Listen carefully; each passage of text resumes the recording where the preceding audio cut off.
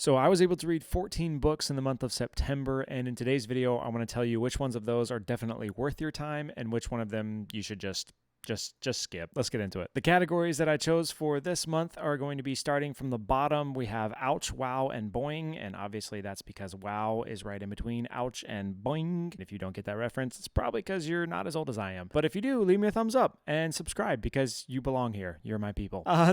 Next up, we had dang. And then final God tier, we have just moment of silence because this book was literally so good. Starting out, we had the very nearly honorable League of Pirates. This was a book I grabbed for my kids and wanted to try out for them. I had a ton of fun with it. I thought it was really enjoyable. I'm going to put it in boing. It was super funny. I would recommend the audiobook version of it because the lady that reads it, I don't know what her name was, but she is stellar. She does a great job with all the voices and stuff. I think I enjoyed it more because I was listening to it because she just did a stellar job and it was amazing. After that, I had the Robert Fagel's translation of the Iliad, and honestly, this one surprised me. This one was just dang. Like I was expecting to like it, but I wasn't expecting to be like, oh, this is so good. Like, oh my gosh. The way that he wrote the action scenes, this like beautification of the gore and the nastiness of warfare was just like, wait, dude, like how can you write something that disgusting that is still so beautiful that I just like want to reread this phrase over and over and over again? Oh,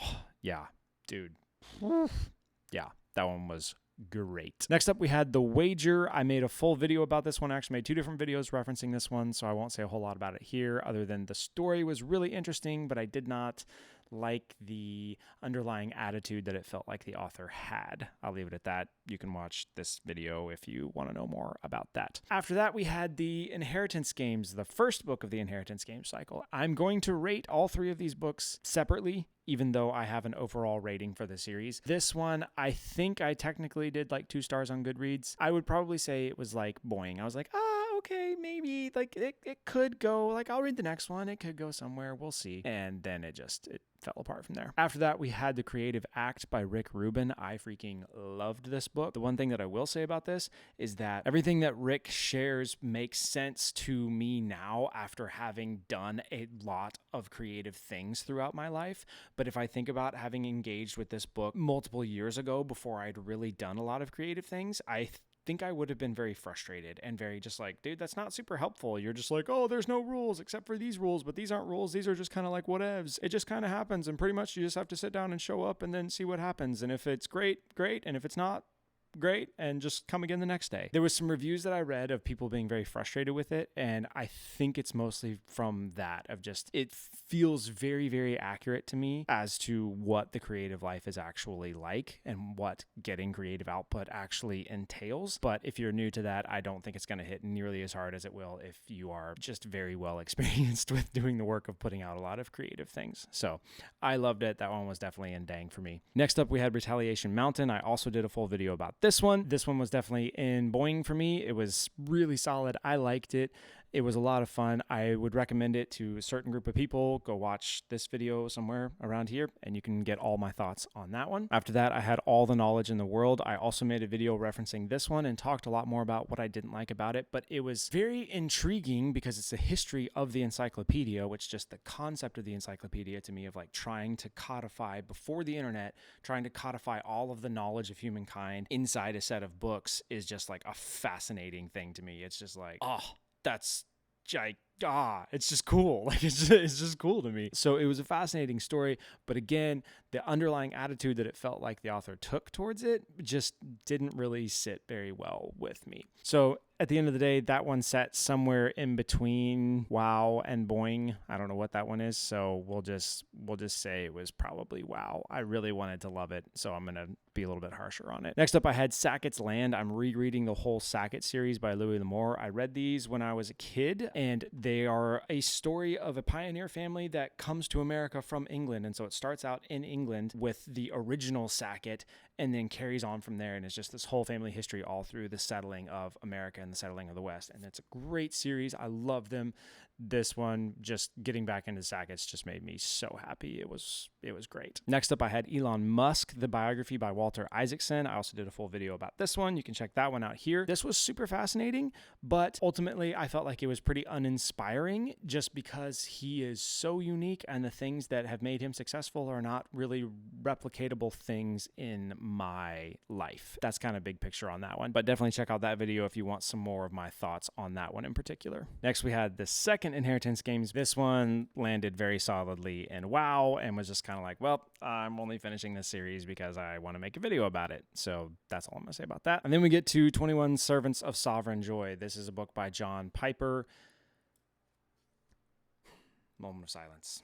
This book radically shifted some stuff in my faith life and in my understanding of God and God's sovereignty and how he works in people's lives, and just wrecked me. Like, just actually wrecked me. It's basically 21 mini biographies that John put together of just these great men throughout history that God has worked radically in. So many of their stories involve pain and involve suffering and involve just incredible amounts of hardship in parts or all of their story. And the way that he explains it and the way that he talks about building a robust theology of suffering was just radically shifting some things in my mind and in my understanding of what that looks like. And this is a book that I will literally be going back and rereading so many times. Getting through it, I don't even feel like I scratched the surface of what I could get out of this book. So this is one that I would 100% say,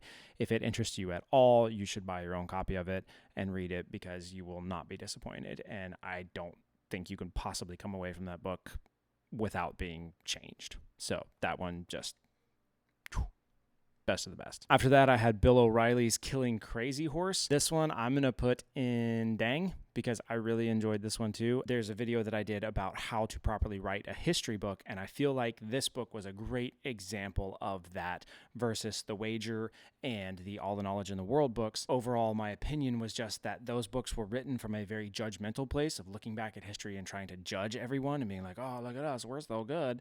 And the Killing Crazy Horse book was much more written from a place of, hey, here's what happened. Now it's up to you to decide what you think about it and to take lessons out of it and to learn from it, and not just being fed on a silver platter what you should think about it. So really enjoyed that whole Killing series. I haven't read all of them at this point, but I've read a lot of them. Definitely highly recommend any of those books. They're very, very good. Second to last, we had The Final Gambit. This is the third book. It's not I mean, I thought it was supposed to be the end, but then there's another one. So it's the third book of the trilogy, but then there's another. I don't know. It was the last book that I'm reading of the Inheritance Games. It just ouch. I just, ugh.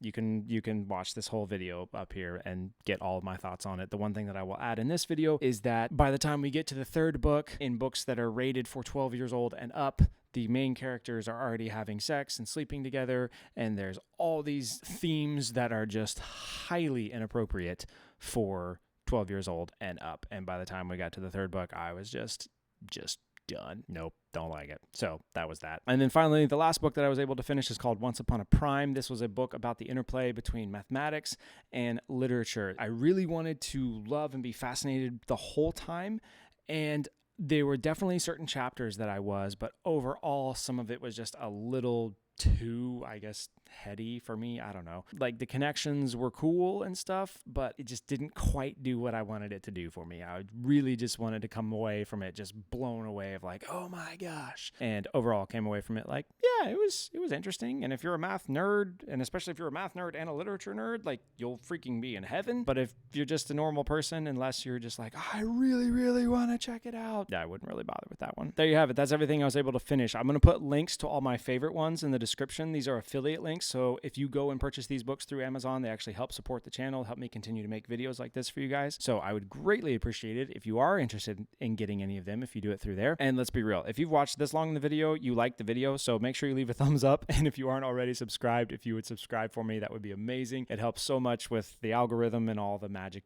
that goes on behind the scenes in YouTube land. And in honor of this month being a month of fairly many low-rated books, I'm actually going to link a video here that I did about how to choose good books and how to, in general, I'm going to actually rate this one first. We'll say it was boing. So yeah, a video here that I'm going to link about how to choose good books and how to choose books that you generally end up really liking and not have months full of books that are wow and ouch. And yeah, there you go. I hope you're having a great day. I'll talk to you in the next one. Bye.